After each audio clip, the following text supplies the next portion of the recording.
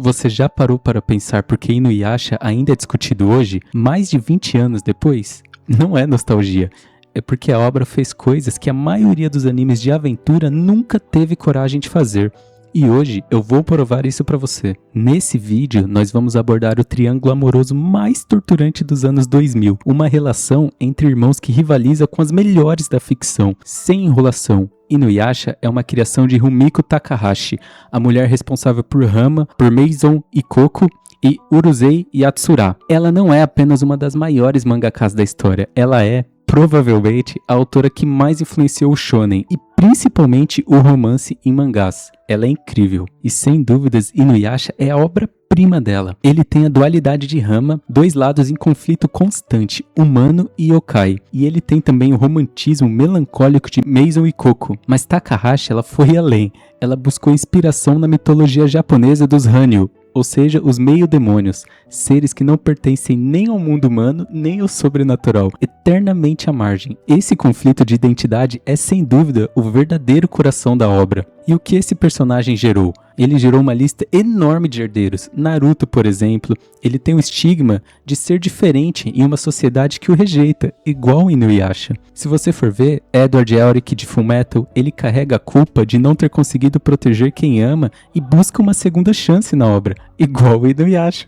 Natsu de Fairy Tail, ele tem o mesmo fogo interior, a impulsividade e a lealdade incondicional do Inuyasha. Se pararmos para pensar, até Ichigo de Bleach, com a sua dualidade humano-espírito, foi bem influenciado por Inuyasha. Não tem jeito, Inuyasha como personagem, ele não foi apenas marcante, ele foi sem dúvida um molde para outras obras. Uma coisa que o anime acertou de forma quase perfeita foi o cenário. A obra se passa no Japão do período Sengoku, uma era cheia de guerras, e esse cenário é usado como ponto central da obra, ele não age como fundo. Aldeias destruídas por daimyos, monges e sacerdotisas que são guerreiros, yokais que refletem medos reais de populações que viviam em florestas densas e desconhecidas. Será que isso influenciou Kimetsu, por exemplo, gente? Não sei não, hein? Acho que sim. A obra faz o que a melhor fantasia histórica sempre fez. Ela usa o passado real como espelho para questões universais. Questões como perda, identidade, redenção. Gente, é maravilhoso. E tem um elemento que diferencia Inuyasha de tudo isso. O Shikon no Tama, a joia da alma. É uma relíquia que corrompeu tudo que tocou por séculos. A narrativa da joia é uma crítica velada ao desejo humano por poder. Qualquer desejo, mesmo os mais nobres, pode ser corrompido. Isso é profundo demais para um anime rotulado apenas como aventura shonen. Já enrolei demais, vamos para a parte que todo mundo gosta. Já digo logo, quem não passou por isso é virgão. Brincadeira, galera, brincadeira. Nesse momento nós vamos falar do triângulo amoroso entre Inuyasha, Kikyo e Kagome. Não é um triângulo de comédia romântica onde o protagonista não sabe com quem ficar. Não é essa coisa simplista. Aqui na obra é bem pesado, de verdade. É uma tragédia sobre culpa, morte e o que significa amar alguém que o destino sempre insistiu em separar de você. Kikyo, ela foi a guardiã da Shikon no Tama, uma sacerdotisa que abriu mão de sua humanidade pela obrigação. Ela e Inuyasha tinham um amor real e um sonho real, usar a joia para Inuyasha se transformar completamente em humano, e assim viverem juntos. Porém, Narako, filha da mãe, destruiu tudo, manipulou os dois, fez cada um acreditar ter sido traído pelo outro. Kikyo morreu com um ódio profundo no coração. Inuyasha foi selado em uma árvore por 50 anos. Depois de 50 anos, chega Kagome, uma garota moderna, a reencarnação da alma de Kikyo. E o anime não fez aquela coisa fácil de dizer o passado ficou no passado, Inuyasha ama Kagome já era, e ainda carrega a culpa e o amor por Kikyo. Não, a obra não fez isso. Essa relação é angustiante para quem assiste. Eu desafio qualquer um que está aqui e viu a obra a me dizer que não tem preferência pela Kagome ou pela Kikyo. De verdade, é impossível, gente.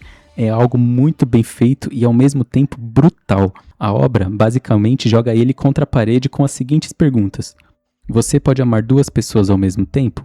Ou é impossível separar quem você ama de quem você falhou? É difícil responder isso se você for parar para pensar. Kagome é o verdadeiro amor dele? Ou simplesmente ele está apaixonado por ela por conta da convivência e por conta da aparência extremamente parecida com a Kikyo? Ou o outro lado, a Kikyo vai ser o verdadeiro amor? Ou ele simplesmente sente a culpa por como as coisas terminaram? É difícil entender essa relação dos dois. Mas enfim, a Kagome, ela não é só a rival amorosa, ela representa uma escolha ativa de futuro para Inuyasha, enquanto Kikyo representa a impossibilidade de apagar o passado. Esse conflito ele tem paralelos com o de Yamato e Rin em obras posteriores. Fugindo um pouco do tema, lembra até mesmo Sasuke e seus laços com o passado em Naruto. Mas nenhuma dessas obras chegou na mesma brutalidade emocional de Inuyasha nesse ponto. Não tem igual. E na minha visão, o que eleva Inuyasha acima de boa parte dos animes de aventura é a relação entre Inuyasha e Sesshomaru, seu irmão. Na superfície, é uma rivalidade clássica, bem besta de irmãos. O irmão mais velho, poderoso, que despreza o irmão de sangue inferior e blá blá blá. Sesshomaru é um grande yokai, de linhagem pura, que vê a existência de Inuyasha como uma mancha na herança do seu pai. Parece bem simples, né? Mas definitivamente não é. Nós vemos que o ódio de Sesshomaru por Inuyasha é, na verdade, incompreensão. Ele nunca conseguiu entender porque o pai dele sacrificou a própria vida para salvar Inuyasha e uma mulher humana. Essa pergunta corrói Sesshomaru por toda a obra. E a resposta que ele encontra ao adotar Rin, uma humana que a princípio ele despreza, ele consegue desenvolver sua própria forma de compaixão. É uma das construções de personagens mais bem feitas que um shonen já produziu. E vamos lá, nem precisou de muito tempo de tela, hein? A dinâmica entre os irmãos ecoa em várias obras que vemos depois. O exemplo mais claro é Itachi e Sasuke.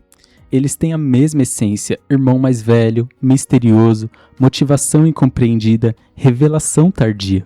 Mas Sesshomaru e Inuyasha chegaram antes e com uma profundidade que poucas obras atingiram. Eles são marcantes, não tem jeito. Ah, e um detalhe importante.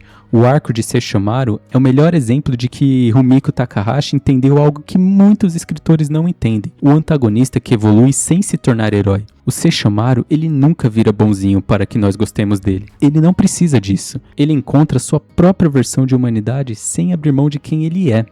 É maravilhoso. Mas assim, eu enchi muito a bola da obra, né? Vamos falar a verdade aqui. Inuyasha, ele não é perfeito. É meio lento em alguns arcos. Algo bem típico dos animes que acompanhavam mangás em andamento lá nos anos 2000. Mas a obra fez coisas que eram usadas para sua época.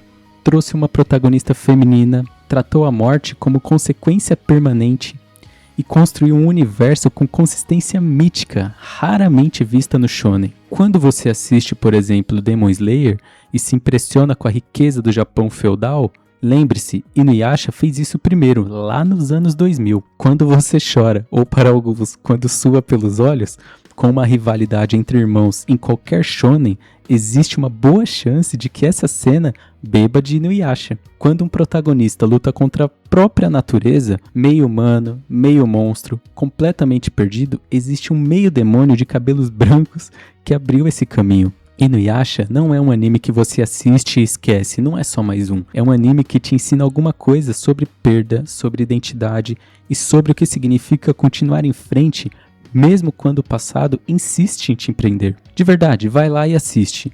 Ou, se você já viu, reassiste. Você não vai se arrepender. Só tem que ter um pouco de paciência porque é meio enrolado mesmo em algumas partes. Mas enfim, galera, esse é o vídeo de hoje. Eu agradeço a atenção de todo mundo.